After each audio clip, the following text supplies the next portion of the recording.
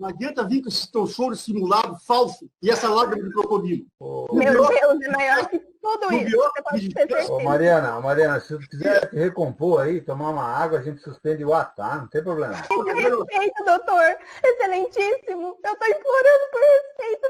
Isso que você acabou de ver foi um dos trechos da audiência do caso Mariana Ferrer, um caso que está tomando aí as redes sociais por conta de um suposto caso de estupro culposo, o que teoricamente seria quando há um estupro sem a intenção de estuprar.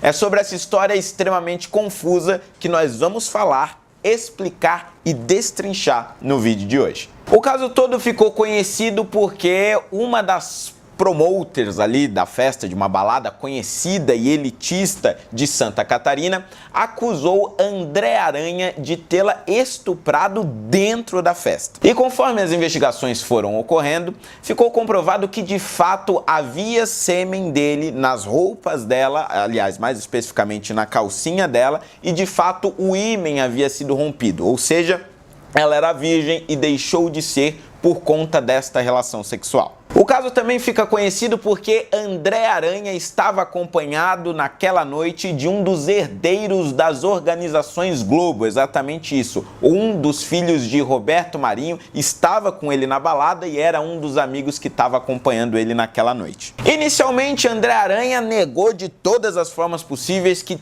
tinha tido qualquer tipo de relação sexual com a suposta vítima. Só que conforme as investigações avançaram, ficou comprovado a presença do sêmen, ele teve que, evidentemente, admitir que houve sim relações sexuais e a partir daí tudo levava a crer que de fato Mariana tinha sofrido um caso de estupro dentro da balada. Ela inclusive chegou a fazer publicações falando sobre o caso enquanto as investigações aconteciam. Em uma delas ela diz o seguinte: "Me chamo Mariana Ferrer, tenho 22 anos. Fui dopada, estuprada e tive minha virgindade roubada por um desconhecido em um beach club conceituado de Florianópolis, aonde eu estava trabalhando como embaixadora. Relato completo no meu Insta, bababá, me chame e ajude divulgando o meu caso." Pois é, no depoimento de Mariana, ela diz não só que foi estuprada, mas que também havia sido dopada pelo André Aranha, que até ali era supostamente um desconhecido.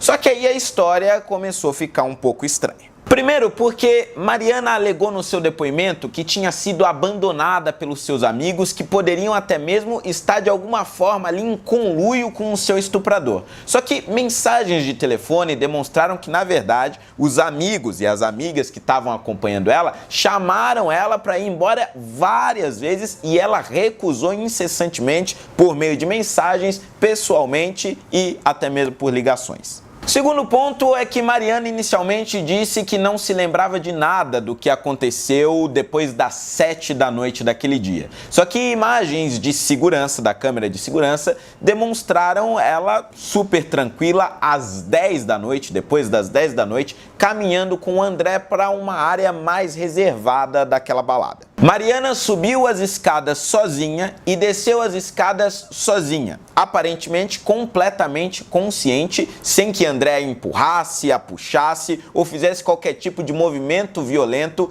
que de alguma maneira conduzisse ela para um determinado local. E mais do que isso, eles ficaram 6 minutos nessa área mais reservada da balada. Em um depoimento, Mariana dirá o seguinte: "Nenhuma das pessoas que me acompanhavam no dia me socorreu.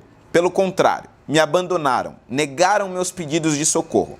E todas as provas levam a crer que compactuaram para que o estuprador pudesse agir." Só que além de Mariana ter negado os pedidos de carona para ir embora, naquele dia, depois de já ter se encontrado com André, ela mandou mensagem para os amigos, dizendo que não queria aquele boy, que queria sair daquela balada e tudo mais, e ela saiu para encontrar os seus amigos que estavam em uma outra balada. Chegando lá, eles não estavam mais lá, pediram para ela encontrar eles em um restaurante, e aí ela desistiu, disse que ia pegar um Uber, pegou e foi para casa. Ou seja, sincronizando as câmeras de segurança e as mensagens que ela mandou para os seus amigos, não houve nenhum pedido de socorro, nem antes e nem depois do momento em que teria acontecido ali a relação. Um depoimento do motorista de Uber e um depoimento do porteiro do condomínio dela vão dizer que aí sim, nesta viagem de Uber que ela fez sozinha, o André já não tá mais na história, ela fez uma ligação ainda dentro do Uber, começando a chorar para sua mãe e tudo mais. A mãe recebeu ela na porta do condomínio, dizendo que ela não deveria ter ido para aquela festa, e brigaram a noite inteira e tudo mais. No depoimento, a mãe vai dizer que a sua filha estava com um vestido manchado de sangue, ela estava chorando, muito nervosa e tudo mais, e que tentou pedir socorro ligando para o SAMU, serviço de emergência, mas teve o seu pedido de socorro negado. Por isso que naquele momento ela não fez o boletim de ocorrência e não foi para a delegacia. Mas o que a Mariana e a mãe não explicam é onde é que o vestido foi parar e por que elas só foram à delegacia às 11 horas da manhã do outro dia. Além de tudo isso, lembram que a Mariana disse que ela havia sido dopada? Pois é, 12 horas depois do suposto ocorrido, ela fez um exame toxicológico que não detectou absolutamente nenhuma substância estranha no seu corpo. E os depoimentos das amigas de Mariana dizem que em todo momento que elas estiveram juntas não perceberam nenhuma grande alteração, a não ser uma embriaguez normal de Mariana, que tinha bebido ali algumas bebidinhas, mas também não estava muito bêbada, estava, nas palavras de uma de suas amigas, entre aspas, alegre. Além disso, o exame de corpo de delito em Mariana não indicou nenhum outro tipo de agressão, como geralmente ocorre em um estupro, que não seja o rompimento do ímen, ou seja, a perca da virgindade que ela teve. Portanto, estamos diante de uma história que tem aí diversas versões e mudanças de versões. Tanto o André, que mudou de versões várias vezes, dizendo que tinha relação, que não teve relação, que encontrou com ela, que não encontrou, não queria fornecer um material genético, depois foi pego ali no meio da história, quanto a Mariana, que tem aí uma história completamente confusa e foi pega em contradições e desmentidas por várias pessoas, inclusive as suas amigas que acompanharam ela naquela noite. Só que o que mais chamou a atenção foi a tese do Ministério Público, que fez uma comparação com um homicídio, que disse que em determinados momentos o acusado ele não tem a intenção de praticar algo, mas do ponto de vista prático ele acaba fazendo aquilo. E portanto o promotor tentou fazer uma espécie de comparação com o estupro, dizendo que haveria ali um ato não consentido, mas não era a intenção do acusado fazer aquele ato à força e portanto estaríamos diante de uma espécie de estupro culposo. Só que o estupro culposo ele não existe no Código Penal. Portanto, se há a conjunção carnal, isso é o ato sexual sem o consentimento, estamos diante de um estupro. Aqui não é levado em consideração a intenção ou não intenção do acusado e tudo mais. E pessoal, uma coisa precisa ficar muito clara nesse vídeo. O advogado que tá aí questionando a Mariana nesse vídeo da audiência que a gente mostrou aqui, agiu extremamente mal, de uma maneira incompatível com o cargo e de uma maneira absolutamente desrespeitosa. Não só com ela, mas também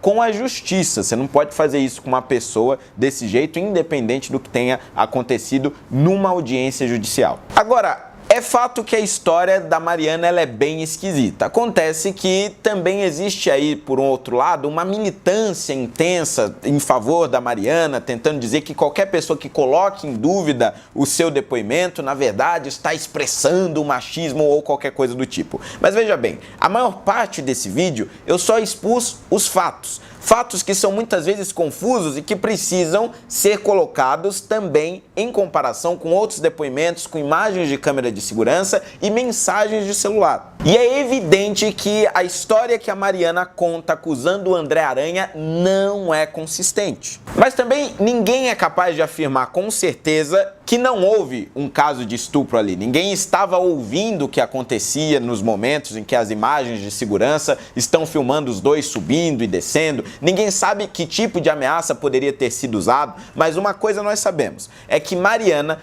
tanto antes quanto depois, tentou de diversas formas associar este estupro também ao herdeiro da Rede Globo, Roberto Marinho Neto. Isso tanto é verdade que em uma das mensagens ela comenta ali com as amigas, olha, tem gente da Globo aqui na festa, e a mãe dela, em depoimento, tentou também dizer que ela havia sido estuprada por 2 pessoas e que uma dessas pessoas poderia ter sido Roberto Marinho Neto. Só que as investigações em Santa Catarina, que foram conduzidas por uma delegada, mulher, deixou de forma muito clara que não havia qualquer relação com o Roberto Marinho na história. E esta mesma delegada hoje é acusada pela Mariana de ter de alguma forma manipulado as investigações para que ela parecesse a culpada. Bom, esses são os fatos, esse é o decorrer da história, cada um agora que forme a sua opinião.